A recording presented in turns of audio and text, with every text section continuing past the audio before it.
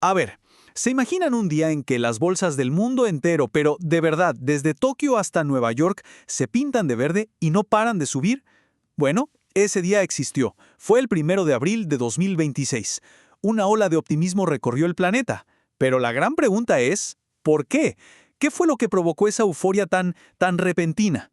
Para que nos hagamos una idea de la magnitud de esto, miremos un caso concreto. Chile. Su principal indicador bursátil, el IPSA, saltó un 4.2% en apenas 2 días. O sea, con eso prácticamente borró todas las pérdidas que había acumulado desde que empezó el conflicto con Irán. Estaba casi de vuelta a los niveles de antes de que todo explotara. Y claro, esto nos lleva a la pregunta del millón que vamos a intentar responder en este análisis. ¿Qué fue exactamente lo que pasó para que, de un día para otro, los inversionistas de todo el mundo se pusieran tan optimistas? Pues bien, todo el motor de este movimiento fue una sola idea, pero una idea increíblemente poderosa: la posibilidad de que la guerra entre Estados Unidos e Irán estuviera muy cerca de terminar. La chispa que encendió todo esto fue una declaración del presidente de Estados Unidos. Dejó caer que el conflicto podría resolverse en 2 o 3 semanas. Miren, esa simple frase fue todo lo que el mercado necesitó para cambiar por completo su ánimo. Pero ojo, que no eran solo rumores o palabras al aire. Estos indicios se vieron reforzados por confirmaciones oficiales. Se anunció un discurso a la nación para hablar de los logros de la campaña, lo que, claro, alimentó todavía más la confianza de que el fin del conflicto estaba de verdad a la vuelta de la esquina. Y como era de esperar, este optimismo no se quedó solo en Estados Unidos. No. Fue como la primera pieza de un dominó gigante que, al caer, arrastró a los mercados de todo el mundo. Y la reacción fue verdaderamente global. El optimismo parecía viajar con el sol. La ola empezó en Asia, con el índice Nikkei de Japón disparándose un increíble 5.2%. Le siguió Hong Kong con un sólido 2%.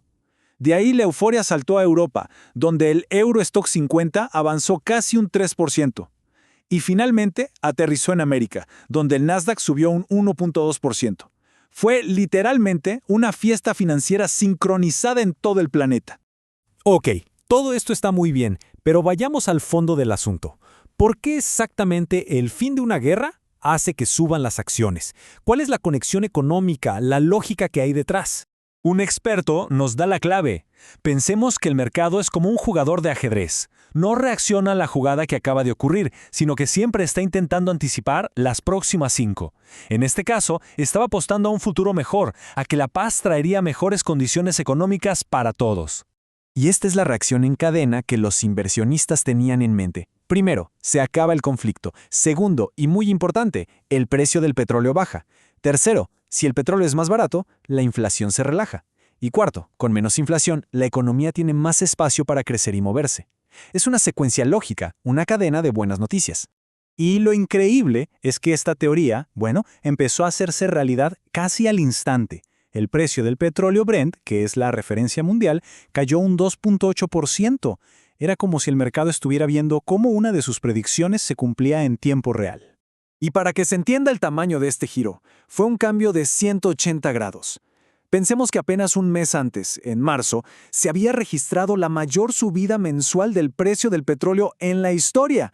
Y en cuestión de horas, pasamos de esa tensión máxima al optimismo más absoluto. Como es lógico, ¿quiénes fueron los más beneficiados? Pues los que más sufrían con el petróleo por las nubes. Por ejemplo, las aerolíneas, que gastan una fortuna en combustible, o las empresas de consumo, que se alegran cuando la gente tiene más dinero para gastar. Sus acciones fueron de las que más subieron. Y por si la esperanza de paz no fuera suficiente, a la fiesta se sumó otro invitado. Justo en ese momento llegaron noticias económicas muy buenas desde Estados Unidos, que fueron como echarle gasolina al fuego del optimismo. Primero, un dato de empleo buenísimo. En marzo se crearon 62,000 nuevos puestos de trabajo en el sector privado, mucho más de los 40,000 que se esperaban. Y claro, más empleo significa más gente con dinero en el bolsillo, una señal fantástica para la economía. Y esa buena señal se confirmó con otro dato. Las ventas en las tiendas subieron un 0.6% en febrero, también por encima de lo que se esperaba.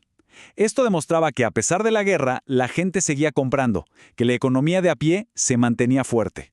Entonces, después de ver todo este torbellino de noticias y reacciones, ¿qué podemos aprender? ¿Cuál es la gran lección que nos deja un día tan particular sobre cómo funcionan los mercados? La lección se puede resumir en una palabra: anticipación. Pensemos que los mercados no son un espejo que refleja el presente, son más bien una especie de máquina que intenta adivinar el futuro. No reaccionan a las noticias de hoy, sino a las que creen que van a llegar mañana. Y lo que pasó ese día fue el ejemplo perfecto de esto.